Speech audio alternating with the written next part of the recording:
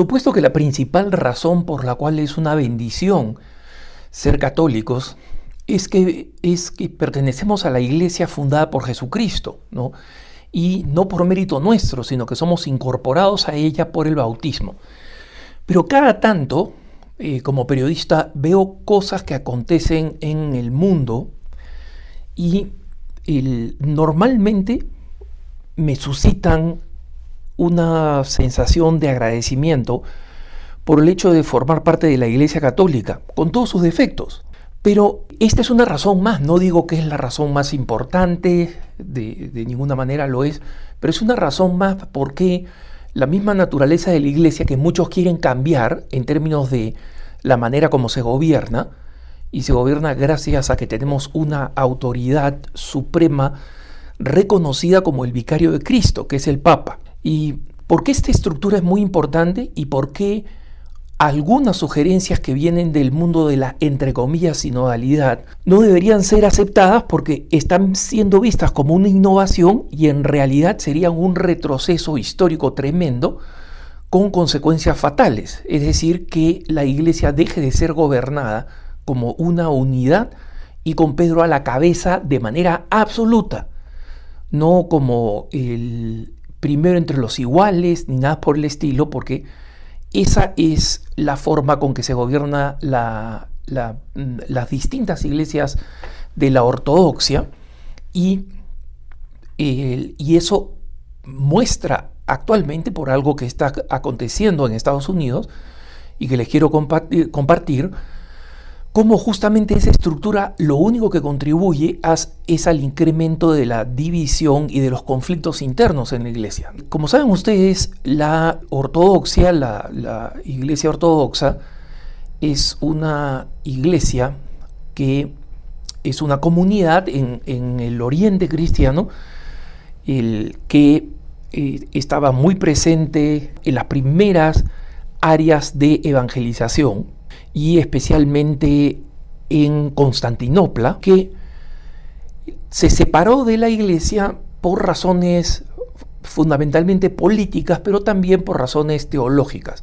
Ellos creían que había una distinta interpretación de lo que significa la Trinidad. No voy a entrar a ese problema ahora, ni voy a entrar cuál fue el grado de lo político y el grado de lo teológico, ¿no? Porque eso nos llevaría para una discusión infinita en las opiniones. El hecho real es que ellos se separan y esta llamada Iglesia Ortodoxa, ¿no?, que se llama a sí misma ortodoxa en el sentido que ellos son los que mantienen la verdad de la Iglesia, y nosotros comenzamos a utilizar el término católico, o conservar el término católico que ya existía, de católicos universal, ¿no?, de ser la Iglesia universal.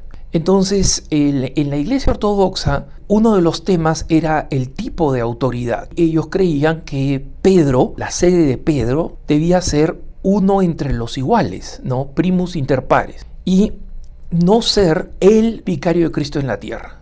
Entonces, la ortodoxia comienza a absorber algunos otros centros de las iglesias, ¿no?, en Antioquía, etcétera. Y luego se difunde mucho en el mundo cuando llega a Rus de Kiev, ¿no?, hoy en día la capital de Ucrania, paradójicamente, y que va a evangelizar a los primeros reyes de lo que luego sería Rusia. La invasión musulmana básicamente arrasa con buena parte de estas iglesias históricas, ¿no? Somete a los fieles de la ortodoxia, y el líder, digamos, de la iglesia ortodoxa, que tenía que ser el obispo de Constantinopla, queda reducido a una posición fundamentalmente simbólica. Entonces, la cabeza de la iglesia en Constantinopla, que hoy en día es Turquía y que se llama Istambul y que está dominada por el Islam, y cuya catedral, digamos así, la Hagia Sofía, el actual presidente de Turquía la ha convertido en una mezquita. Él sigue siendo un primero entre los iguales, ¿no? Sigue teniendo una cierta autoridad, pero ¿qué cosa sucede? Carece de fieles. Son muy poquitos los cristianos ortodoxos que pertenecen en la zona donde originalmente se habían establecido.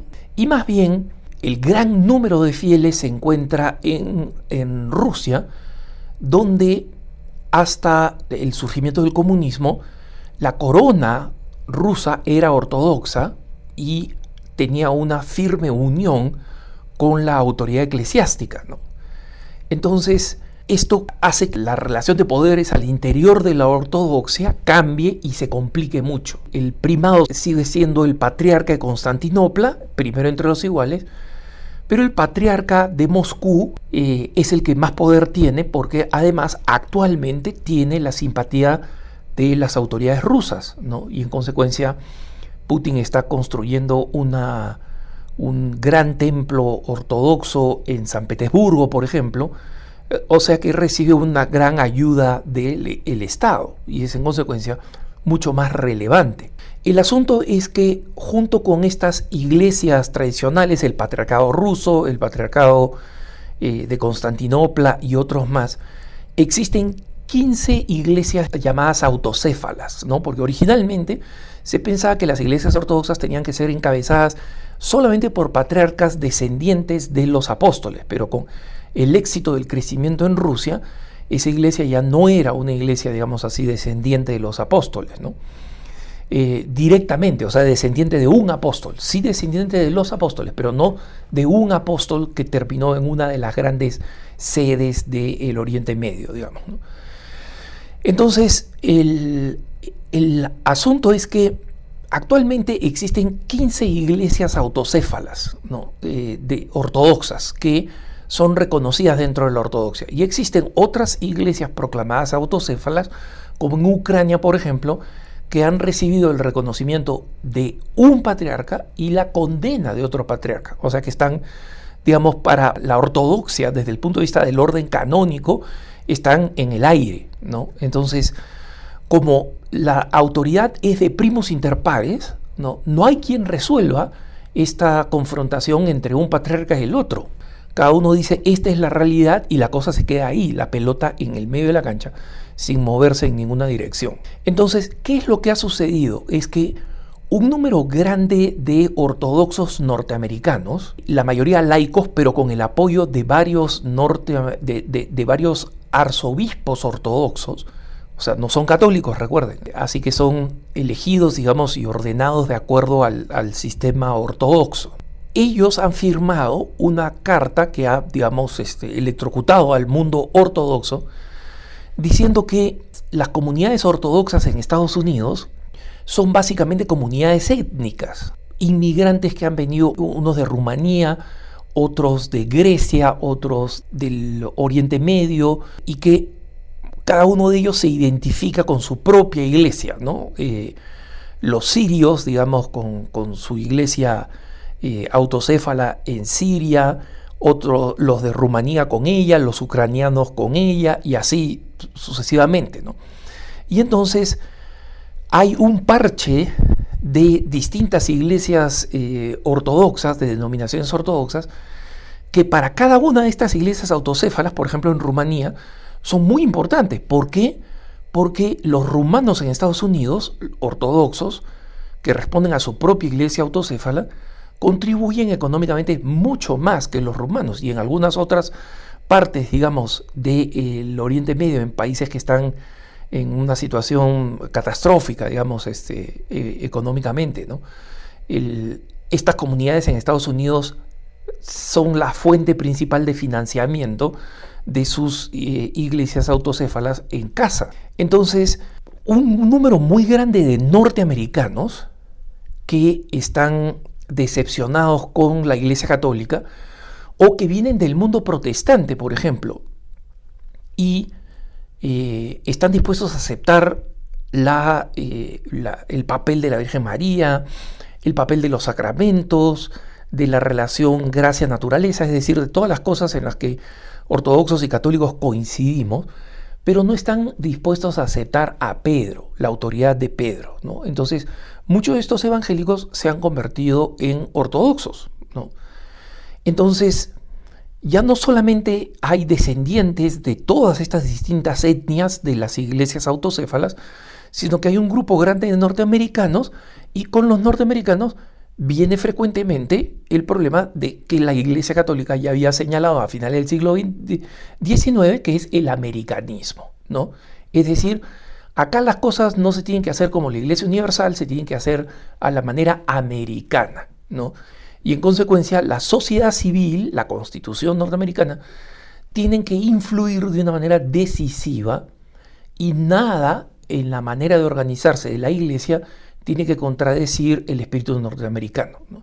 Por supuesto, estos ortodoxos, que son muy críticos de la secularidad norteamericana, estarían en este momento furiosos si me escuchan, ¿no? Porque dirían, nosotros somos exactamente lo contrario de la sociedad secular norteamericana, pero en el fondo, si ellos leen la explicación de León XIII de lo que es el americanismo, se darían cuenta que eso es lo que están haciendo.